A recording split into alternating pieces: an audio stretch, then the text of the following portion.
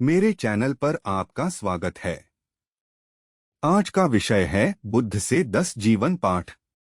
बुद्ध एक दार्शनिक, ध्यान करने वाले, आध्यात्मिक गुरु और धार्मिक नेता थे जिन्हें बौद्ध धर्म के संस्थापक के रूप में जाना जाता है। उनका जन्म सिद्धार्थ गौतम के रूप में भारत में 566 ईसा पूर्व में एक राजकीय परिवार में हुआ था और जब वे 19 वर्ष के थे तब उन्होंने अपने घर की सुविधाओं को छोड़ दिया था ताकि वे आसपास के दुख का अर्थ समझ सकें। 6 वर्षों तक कठोर योग साधना के बाद उन्होंने स्वयं को कष्ट देने का तरीका त्याग दिया और एक बोधि वृक्ष के नीचे ध्यानपूर्वक ध्यान में बैठ गए। मई के पूर्णिमा के दिन सुबह के तारे के उदय के साथ सिद्धार्थ गौतम बुद्ध बन गए जागृत व्यक्ति। अगले 45 वर्षों तक बुद्ध उत्तर पूर्वी भारत के मैदानों में भटकते रहे। जिस मार्ग या धर्म को उन्होंने उस क्षण में जाना था उसका उपदेश देते रहे। उनके चारों ओर हर जाति और जाति के लोगों का एक समुदाय विकसित हुआ जो इस मार्ग का अभ्यास करने के लिए समर्पित था। आजकल अधिकांश बौद्ध स्कूल उनकी पूजा जन्म और पुनर्जन्म के चक्र से मुक्त होने वाले और कर्म को पार करने वाले जागृत व्यक्ति के रूप में करते हैं। उनकी मुख्य शिक्षाएं दुहख का अर्थ, दुहख और निर्वाण, जिसका अर्थ है दुहख का अंत, की अंतर्दृष्टि पर केंद्रित हैं। उनका प्रभाव केवल एशिया में ही नहीं बल्कि दुनिया भर में व्यापक था। इसलिए आइए हम बुद्ध से सीखे 10 जीवन पाठों पर एक नजर डालते हैं। मध्यम मार्ग का अभ्यास करें। बुद्ध कहते हैं, दुहख का मूल कारण इच्छा है। सिद्धार्थ गौतम ने अपने जीवन का शेष समय 4 आर्य सत्यों पर चिंतन करने में बिताया। 1. दुहख है। 2. दुहख का कारण हमारी इच्छाएं हैं। 3. हमारे दुहख से मुक्ति का उपाय यह है कि हम अपनी इच्छाओं से मुक्त हो जाएं। 4. दुहख से मुक्ति प्राप्त करने का 8 फलागुण मार्ग।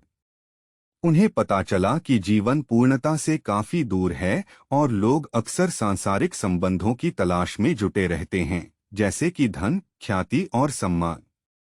उन्हें यह अपने अनुभव से पता था क्योंकि वे एक बहुत ही धनी परिवार में पैदा हुए थे।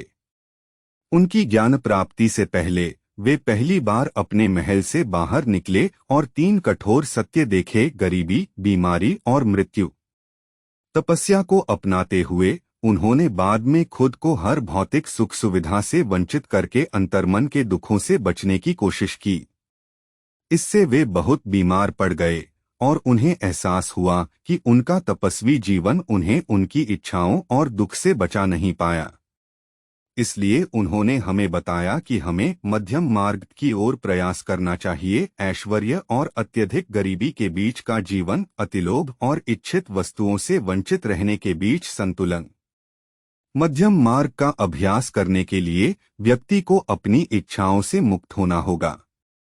हमें बस पर्याप्त के विचार को स्वीकार करना होगा और एक संतुलित, स्थायी जीवन शैली अपनानी होगी जो भोग की अपेक्षा अस्तित्व के सुखों को गले लगाती है। नर्स ब्रोनी वेयर, एक ऑस्ट्रेलियाई नर्स जो अंतिम चरण के रोगियों की देखभाल पर ध्यान केंद्रित करती थीं, कहती हैं कि एक मरणासन्न व्यक्ति की आम पछतावों में से एक है, मैं चाहता हूं कि मैंने इतनी मेहनत न की होती। हम आसानी से नष्ट होने वाली चीजों के पीछे अपना बहुत सा वक्त खो देते हैं। नवीनतम गैजेट प्राप्त करना, नई पदोन्नति पाना, बैंक खाते में 5 अंकों की रकम जमा करना। लेकिन इन सभी चीजों को प्राप्त करने के बाद भी हम और अधिक चाहते रहते हैं या दुखद रूप से हम इनसे खुश नहीं लगते। जब हम अपनी खुशी को अपनी इच्छाओं को पूरा होने से जोड़ते हैं तो हम कभी खुश नहीं रहेंगे और रोज दुखी रहेंगे। सही दृष्टिकोण अपनाएं। बुद्ध के अनुसार लोगों या परिस्थितियों से नाराज न हो, दोनों बिना आपकी प्रतिक्रिया के निर्बल हैं। बुद्ध हमें सही दृष्टिकोण अपनाने के लिए कह रहे हैं, हमारे विचारों के प्रति अधिक दार्शनिक बनना, जागरूक होना कि हम क्या सोचते हैं और फिर इस बात का गहराई से जांच करना कि हम ऐसा क्यों सोचते हैं। इसके बाद ही हम जान सकते हैं कि हमारे विचार सही हैं गलत हैं या भ्रमित। हमारे विचार हमारे दैनिक निर्णयों और संबंधों को गहराई से प्रभावित करते हैं, और हम अपने जीवन के सभी पहलुओं में बेहतर निर्णय ले सकते हैं अगर हम अपने सोचने की नींव के बारे में स्पष्ट हों। हमारी समस्या यह है कि हम आसपास होने वाली चीजों पर तेजी से प्रतिक्रिया करने के प्रति प्रवृत्त होते हैं। स्टीफन कोवे ने अपनी किताब the 7 habits of highly effective people में इसे जीवन का 90 से 10 नियम कहा है। जीवन का 10% वह है जो हमारे साथ होता है और 90% यह है कि हम इसका कैसा प्रत्युत्तर देते हैं। कल्पना कीजिए कि काम पर जाने से पहले आप अपने बच्चे की साइकिल पर फर्श पर गिर पड़ते हैं। आपका बच्चा दौड़कर आपकी मदद करने आता है और माफी मांगता है, लेकिन आप उस पर चिल्लाते हैं, बुरे शब्द कहते हैं, जो आपकी पत्नी सुन लेती है, जो बाहर निकलकर आपसे कहती है कि अपना मुंह संभाल के रखें। आप अपनी पत्नी के साथ झगड़ना शुरू कर देते हैं, जिससे या तो आपकी सुबह की बस छूट जाती है या फिर आप तेज गाड़ी चलाने की वजह से दुर्घटना का शिकार हो जाते हैं। फिर जब आप 15 मिनट देर से काम पर पहुंचते हैं तो आप पूरे दिन अनिश्चित रहते हैं क्योंकि आप अभी भी गुस्से में हैं। आपका टीम लीडर आपको डांटता है और सुबह की घटना की वजह से आप उस पर भी चिल्लाते हैं। आप परिवीक्षा निलंबन के साथ घर लौटते हैं, आपका परिवार आपसे बात नहीं करता और आपका पूरा दिन खराब हो जाता है। वैकल्पिक रूप से कल्पना कीजिए कि जब आप गिरते हैं तो आप उठते हैं, धीरे से सांस लेते हैं, फिर अपने बच्चे को क्षमा कर देते हैं और कहते हैं, अगली बार सावधानी रखना, अपनी साइकिल गैराज में रखना याद रखना। आप एक अनावश्यक विवाद शुरू नहीं करेंगे, जो घटित हुआ उसे हल नहीं कर सकता। आप बस नहीं छूटने देंगे या ट्रैफिक में जल्दबाजी नहीं करेंगे, और आप अपने दिन पर नियंत्रण रखेंगे। हम खुश रह सकते हैं अगर हम प्रवृत्तिशील बनते हैं, न कि प्रतिक्रियाशील उसके प्रति जो हमारे साथ हो रहा है। हमें चीजों को सही नजरिए से देखने की आवश्यकता है कि हम हमेशा चुन सकते हैं कि आसपास होने वाली चीजों से प्रभावित न हो, बल्कि अपने चारों ओर जो कुछ है उसका उपयोग अपने विकास के लिए करें। अच्छा कर्म उत्पन्न करें। बुद्ध के शब्दों में, हे भिक्षुओं, मैं मानसिक संकल्प को कर्म कहता हूँ। संकल्प करने के बाद कोई शरीर, वाणी या मन से कार्य करता है। बौद्ध धर्म में कर्म का अर्थ केवल व्यक्ति के स्वेच्छाचारित कर्म से है, सभी कर्मों से नहीं। चूंकि संकल्प अपेक्षाकृत अच्छे या बुरे हो सकते हैं, इसी तरह परिणामस्वरूप कर्म भी अच्छा या बुरा होगा। अच्छा कर्म अच्छे परिणाम देगा और बुरा कर्म जीवन में बुरे परिणाम देगा। संकल्प पूर्वीय दर्शनों में पश्चिमी दर्शनों की अपेक्षा एक अधिक जटिल अवधारणा है, जो इच्छाशक्ति को भावनाओं और तर्क से स्वतंत्र एक क्षमता के रूप में परिभाषित करते हैं। पूर्वी दर्शनों में संकल्प कर्म का निर्धारण करने में सबसे महत्वपूर्ण कारक है। यही निर्धारित करता है कि कर्म की नैतिक गुणवत्ता क्या है। यह एक मानसिक आवेग है, एक उत्कंठा जो हमें किसी विशेष अनुभव की ओर धकेलती है। संकल्प भावना और तर्क के बीच का क्रॉसरोड है। एक बुरा संकल्प एक बुरे रवैये या बुरे इरादे पर आधारित होता है, और बुरे कर्म से बचने के लिए हमें अपने कर्मों को सकारात्मक रवैये और इरादों के साथ संरेखित करना होगा। दूसरे शब्दों में, हमें पहले अपने रवैये और इरादों पर काम करना होगा, अपने विचारों और भावनाओं को पवित्र रखना होगा। हमारे इरादे हमारे कर्मों की ओर ले जाएंगे और वे हमारे जीवन में बड़े परिणाम ला सकते हैं। हमें अपने भविष्य के लिए एक बेहतर वर्तमान में खुद पर काम करना होगा। जैसा कि हमारे अतीत के कर्मों का प्रतिध्वनि वर्तमान में है, वैसे ही हमारे वर्तमान कर्मों का भविष्य में प्रतिध्वनि होगा। यदि हम परीक्षा के लिए अच्छी तरह से नहीं पढ़ते हैं तो हम फेल हो सकते हैं। यदि हम डेडलाइन पार कर जाते हैं और अपने कामों को करने में देरी करते हैं तो हम देरी से पहुंच सकते हैं। यदि हम ज्यादा खाते हैं तो हमें भविष्य में बीमारी हो सकती है। यदि हम धूम्रपान और शराब का सेवन करते हैं तो हमें आने वाले वर्षों में इन्हें छोड़ने में संघर्ष करना पड़ सकता है। लेकिन याद रखें, अगर हम आज अधिक प्रयास करने का चुनाव करते हैं तो हम अपनी अतीत की भूलों से पार पाने के लिए तैयार हैं। उदाहरण के लिए, अगर हम अभी से बेहतर पढ़ने का चुनाव करते हैं तो हम अपने सपनों की नौकरी हासिल कर सकते हैं या उस कोर्स में स्नातक हो सकते हैं जो हम पसंद करते हैं, भले ही इसमें हमारी योजना से अधिक समय लगे। यदि हम एक अनुसूची बनाने, अपनी प्राथमिकताओं और कार्यभार को संतुलित करने की योजना बनाने का चुनाव करते हैं तो हम फिर भी अपने काम को पूरा कर सकते हैं और उसमें बेहतर हो सकते हैं। यदि हम व्यायाम शुरू करने का चुनाव करते हैं तो हम अभी से अधिक स्वस्थ रूप से जीवन जी सकते हैं। कुछ भी पत्थर में उत्कीर्ण नहीं है। हमारा अतीत हमें परिभाषित नहीं करता और हम आज जो करते हैं वह हमारे वर्तमान और भविष्य को आकार दे सकता है। हालांकि सही परिवर्तन लाने के लिए प्रयास की आवश्यकता होती है और यह प्रयास लंबे समय तक प्रभावी नहीं रहेगा जब तक कि वह एक अच्छे रवैये और अच्छे इरादों से न आता हो, या दूसरे शब्दों में खुद और दूसरों के प्रति गहरी करुणा से न आता हो। प्रत्येक दिन को अपने अंतिम दिन की तरह जियो। बुद्ध ने कहा, जो करना चाहिए वह आज तत्परता से करो। कौन जानता है, कल मृत्यु आ सकती है। बौद्ध धर्म का मानना है कि जीवन जन्म और पुनर्जन्म का एक चक्र है और हमारा लक्ष्य इस दुख के चक्र से मुक्ति पाना होना चाहिए। समस्या यह है कि हमें लगता है कि हमारे पास दुनिया में सब कुछ है। हम सारा प्रयास एक कल में लगा देते हैं जो कभी ना आए। मैं कल से व्यायाम शुरू करूंगा। मैं कल अपना काम पूरा करूंगा। मैं कल अपनी माँ को फोन करूंगा। मैं कल क्षमा मांगूंगा। और यह एक ऐसी सच्चाई है जिसका सामना हमें करना होगा। अगर हम सीख जाएं कि प्रत्येक दिन हमारा अंतिम दिन हो सकता है तो हम प्रत्येक दिन को पूरी लगन से जिएंगे, सबसे शांति बनाते हुए आज जो कुछ भी कर सकते हैं करेंगे और रात को शांति से सोएंगे, क्योंकि हम जानते हैं कि हमने अपने दिन को पूरी तरह जिया।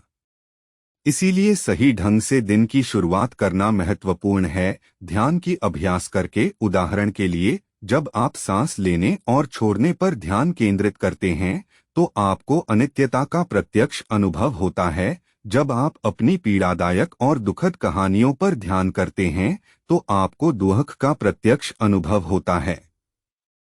यह आपको क्षण में जीने के लिए प्रेरित करता है। जब आप खाना खा रहे हैं तो खाएं। जब आप पढ़ रहे हैं तो पढ़ें। जब आप अपना काम कर रहे हैं या स्कूल में हैं तो अपने कामों पर ध्यान केंद्रित करें। जब आप कार चला रहे हैं तो कार चलाएं। जब आप किसी के साथ हैं तो उस क्षण को उनके साथ बिताएं। यह आपको अतीत और भविष्य से दूर हटकर वर्तमान क्षण में जीने देता है, वहां रहने देता है जहां आप अभी हैं। महान चीजें छोटी अच्छी आदतों का परिणाम होती हैं। बुद्ध हमें सिखाते हैं, बूंद बूंद से घड़ा भरता है। उसी प्रकार मूर्ख थोड़ा थोड़ा इकट्ठा करके अपने अंदर बुराई भरता है। उसी प्रकार बुद्धिमान व्यक्ति थोड़ा थोड़ा इकट्ठा करके अपने अंदर अच्छाई भरता है। अच्छाई और बुराई के प्रति बौद्ध दृष्टिकोण बहुत व्यावहारिक है। बुराई हमें कुछ समय के लिए खुशी दे सकती है, लेकिन हमारे सभी बुरे कर्मों का परिणाम एक साथ पककर अंत में हमें बीमारी और बुरे अनुभवों की ओर ले जाएगा। इसलिए हालांकि हमें समय समय पर दुख झेलना पड़ सकता है, अगर हम अच्छे हैं तो हमारे सभी अच्छे कर्मों का फल पककर अंत में हमें सच्ची खुशी और भलाई की ओर ले जाएगा। यूरोपीय जर्नल ऑफ सोशल साइकोलॉजी के अनुसार एक नई आदत विकसित करने के लिए 18 से 254 दिनों तक लगातार अभ्यास और प्रयास की आवश्यकता होती है। आप जो भी कौशल सीखना चाहते हैं, आप उसे सीखना हमेशा आज से शुरू कर सकते हैं। आप एक दिन के लिए व्यायाम नहीं कर सकते और तुरंत यह मान लें कि आप अचानक से ही स्वस्थ हो जाएंगे। छोटी चीजों से शुरू करें, जैसे कि स्वस्थ भोजन विकल्पों पर स्विच करना, तेज टहलना या सुबह जल्दी उठकर खिंचाव करना। उसी तरह आप जो भी बुरी आदत बदलना चाहते हैं, आप हमेशा छोटे स्तर से शुरू कर सकते हैं। डॉक्टर नोरा वोल्कोव, एनआईएच के national institute on drug abuse की डायरेक्टर, सुझाव देती हैं कि पहला कदम अपनी आदतों के प्रति अधिक सचेत होना है, ताकि आप उन्हें बदलने की रणनीतियां विकसित कर सकें। आप उन स्थानों को बचाकर शुरू कर सकते हैं जो आपके व्यसन को ट्रिगर कर सकते हैं, जैसे पब में अपना समय कम करना या स्वस्थ विकल्पों पर स्विच करने की कोशिश करें। नमकीन पॉपकॉर्न को आलू के चिप्स की थैली पर प्राथमिकता दें या सिगरेट पकड़ने की बजाय च्यूइंग गम चुनें। अगर कभी कभी विफल होना भी ठीक है, यह सीखने का हिस्सा है। अपनी बुद्धिमत्ता को मौन में दिखाएं। बुद्ध हमें बताते हैं, नदियों से जानो जो खाइयों और दरारों में हैं, छोटे मार्गों में प्रवाहित होने वाले शोर करते हैं, बड़े मौन रहते हैं। जो भरा हुआ नहीं है वह शोर करता है, जो भरा हुआ है वह शांत रहता है। उनका मानना था कि बोलने और सुनने का हमेशा समय होता है। यदि कोई बोलना चाहता है तो उसे केवल तभी बोलना चाहिए जब वह भलाई चाहता हो, न्यायसंगत हो, प्यारा हो और सत्य हो। लेकिन हर कोई अधिक सुनना सीखना चाहिए, यह स्वीकार करते हुए कि हम सब कुछ नहीं जानते। वह व्यर्थ की बकवास या पूर्वाग्रह से आकस्मिक रूप से निर्णय करने वालों का विरोध करते हैं। आज के डिजिटल सूचना के युग में जब हम सोशल मीडिया स्क्रॉल करते हैं तो हम फेक न्यूज में फंसना आसान हो जाता है। कभी कभी हम अपने गलत विश्वासों को एक यूट्यूब वीडियो या एक ही लेख से जस्टिफाई कर लेते हैं। थोड़ा सा ज्ञान खतरनाक होता है क्योंकि हम मान लेते हैं कि आसान जवाब है, हर दूसरा सवाल अमान्य है और हम ही सच्चाई जानते हैं। इसे ज्ञान पैराडॉक्स कहा जाता है। उदाहरण के लिए महान अल्बर्ट आइंस्टीन को लीजिए, जब उन्होंने कहा, जितना अधिक आप सीखते हैं उतना ही आपका सामना उससे होता है जो आप नहीं जानते। बुद्ध हमें याद दिलाते हैं कि जो बुद्धिमान हैं वे सुनना जानते हैं, क्योंकि वे स्वीकार करते हैं कि कुछ ऐसी चीजें हैं जो वे नहीं जानते।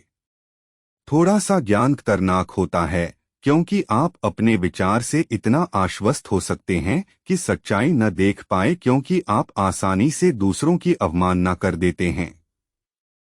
कोई भी दूसरों को सुनकर और स्वस्थ संवाद में शामिल होकर अपनी बुद्धिमत्ता को साझा कर सकता है और सीख भी सकता है। संघर्ष में करुणा का चुनाव करें। बुद्ध के अनुसार इस दुनिया में क्रोध कभी भी क्रोध से शांत नहीं होता, केवल अक्रोध से ही क्रोध शांत होता है। सिद्धार्थ गौतम ने भी भेदभाव और दुहक का सामना किया, कभी कभी उनका अपमान हुआ और उन्हें अपनी विरासत बनाने के लिए एक कठिन यात्रा पर जाना पड़ा। इसके अलावा मार्टिन लूथर किंग जूनियर और महात्मा गांधी जैसे अन्य प्रसिद्ध नेताओं ने भी अहिंसक कार्रवाई का समर्थन किया, जिसने उनके संबंधित देशों में सामाजिक परिवर्तन लाया, लेकिन वे भी बुरे शब्दों, भेदभाव और अविश्वास के शिकार थे। बौद्ध धर्म हमें सिखाता है कि हिंसा, घृणा, अत्याचार और बदले का चक्र कभी भी घृणा से नहीं रोका जा सकता। जब कोई आपका अपमान करता है और आप उसे गाली देते हैं तो कभी कभी वह और भी बुरा हो जाता है। जब कोई आप पर हाथ उठाता है और हम वापस मारते हैं तो हम और अधिक चोटों और घावों के साथ घर लौटते हैं। अहिंसा सिर्फ परेशानी या हमला सहन करना नहीं है, यह खुद को और बड़ी बुराइयों से बचाने का तरीका है। उदाहरण के लिए, जब आपका कोई सहपाठी या सहकर्मी आपको प्रताड़ित करता है और जब तक आप शारीरिक रूप से खतरे में न महसूस करें, तब तक पहले खुद को सशक्त बनाएं। अपने भीतर के अच्छे गुणों को याद दिलाएं कि उनकी बातें आपको कभी नुकसान नहीं पहुंचा सकती और कि आप गलतियां कर सकते हैं, लेकिन फिर भी कोशिश जारी रख सकते हैं। याद रखें, प्रताड़क चाहता है कि आप गुस्से में आए और असहाय महसूस करें, क्योंकि वह भी अपने जीवन में कुछ बुरा सामना कर रहा है। कुछ व्यावहारिक समाधानों में शामिल हैं। जब प्रताड़क आपके पास आ रहा हो तो 1 से 100 तक गिनकर खुद को शांत करें, या शायद आप बस चले जाएं, या अगर वह आपका अपमान करता है तो उसमें शामिल हो जाएं, खुद का मजाक उड़ाएं और उसके साथ हंसे फिर चले जाएं, या आप उन्हें दया की दृष्टि से देख सकते हैं और उनके प्रति अच्छा व्यवहार कर सकते हैं। इसके बारे में कुछ कीजिए, इसे अंदर मत रखिए, इससे न छिपें। शायद अधिकारियों से मदद मांगने से मदद मिले, खासकर अगर प्रताड़ना गंभीर हो जाए या में शारीरिक हमला या शोषण शामिल हो। अपनी प्रतिभा पर ध्यान करने से आप देख सकते हैं कि आप उनकी बातों से कहीं अधिक हैं। मित्रों का चुनाव गुणवत्ता के आधार पर करें, संख्या नहीं। बुद्ध के अनुसार प्रशंसनीय मैत्री, प्रशंसनीय साथित्व, प्रशंसनीय सहयोग वास्तव में पूरे पवित्र जीवन का आधार है। जब किसी भिक्षु के पास मित्र, साथी और सहयोगी प्रशंसनीय लोग होते हैं तो उम्मीद की जा सकती है कि वह 8 फलागुण मार्ग का विकास और अनुसरण करेगा। बुद्ध हमें याद दिलाते हैं कि दुष्ट साथियों से मेलमिलाप की अपेक्षा उत्तम पुरुषों का संगत्य चुनना बेहतर है। बुद्ध मानते हैं कि जीवन एकाकी यात्रा नहीं है। रास्ते में हम बहुत से लोगों से मिलते हैं, लेकिन ये सभी हमारे लिए अच्छा प्रभाव नहीं डालते। कुछ बुरी आदतें नकारात्मक साथी दबाव की वजह से विकसित होती हैं। हमारे अनुभव में, जब हम धनी होते हैं या समृद्धि में होते हैं या प्रसिद्ध या जाने माने होते हैं, तो लोग हमारे आसपास रहना पसंद करते हैं। लेकिन जब हमें समर्थन की जरूरत होती है तो हमें कम दोस्त मिलते हैं। हम उन लोगों को चुनने का फैसला कर सकते हैं जो हमें बेहतर बनाने में प्रभावी हों। अच्छे दोस्त वे होते हैं जो आपको अच्छाई, पारस्परिकता और अच्छी आदतें विकसित करने की ओर ले जाते हैं, न कि वे जो आपको गुमराह करते हैं या आपको बुरी लतों की तरफ धकेलते हैं। थोड़े पर भरोसेमंद दोस्त होना बेहतर है, जो आपका सच्चा समर्थन करते हैं और आपके लिए एक बेहतर जीवन की ओर काम करते हैं। उदार बने। बुद्ध के शब्दों में, एक दीपक से हजारों दीपक जलाए जा सकते हैं और उस दीपक का जीवन संकुचित नहीं होगा। खुशी कभी बांटने से कम नहीं होती। बुद्ध ने हमेशा जोर दिया है कि उदारता और एक दूसरे की मदद करने से दुनिया में बड़ा परिवर्तन लाया जा सकता है। विभिन्न शोधों के अनुसार दया का एक प्रतिध्वनि प्रभाव होता है। जैसे क्रोध या भय किसी और तक पहुंच सकता है, वैसे ही एक साधारण दयालु कार्य भी। किसी को एक साधारण मुस्कान उन्हें बेहतर काम करने के लिए प्रेरित कर सकती है। एक करुणा का भाव किसी दूसरे व्यक्ति तक पहुंचाया जा सकता है। जब आप किसी की खरीदारी उठाने में मदद करते हैं तो वे एक अनजाने के लिए दरवाजा खोलने के लिए प्रेरित हो सकते हैं। वह अनजाना उस दयालु कार्य को आगे बढ़ाकर एक सहकर्मी को दोपहर का भोजन देने या एक वृद्ध व्यक्ति को सड़क पार करने में मदद करके प्रेरित होगा। एक साधारण कृपा के कार्य से बहुत कुछ निकल सकता है। हालांकि बुद्ध पहले हमसे खुद का ख्याल रखने को कहते हैं। आप जो नहीं रखते वह नहीं दे सकते। आप वास्तव में लोगों की मदद करना चाहते हो, खुद को थका देने या अपनी सीमाओं को तोड़ने की हद तक, या खाने सोने का वक्त न दे पाने की हद तक, फिर आप बीमार पड़ जाए या बहुत थक जाए, फिर आप किसी और की मदद नहीं कर पाएंगे।